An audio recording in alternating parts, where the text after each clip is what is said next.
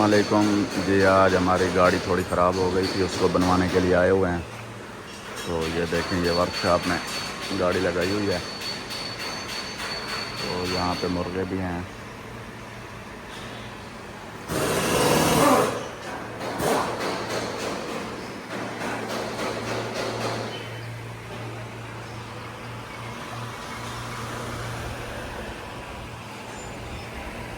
पाकिस्तानियों की वर्कशॉप है,